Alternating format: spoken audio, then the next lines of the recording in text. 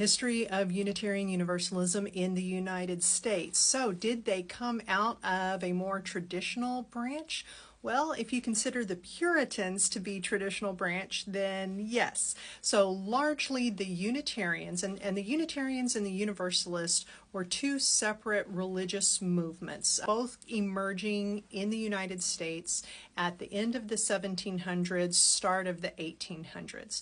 The Unitarians, for the large part, were coming out of Puritanism or the Congregationalist movement. The Congregationalists were sort of separating into the free thinkers or the liberal Congregationalists and the conservatives or the Orthodox. The Orthodox, as in a way to disparage the liberals, called them Unitarians, and in 1819 William Ellery Channing, egged on by some of the other liberals, gave a famous sermon where he essentially said, you want to call us Unitarians? Fine. We're Unitarians, and here is what that means.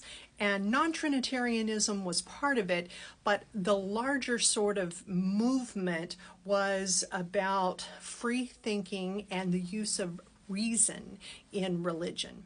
Meanwhile, you had the Universalists starting in the 1700s who believed in universal salvation. Some of them were coming out of the Congregational tradition. Some of them were coming out of the New Baptist tradition. And they were creating their own liberal religious movement. Those two movements continued developing, often in parallel ways, and in 1961, they voted to consolidate.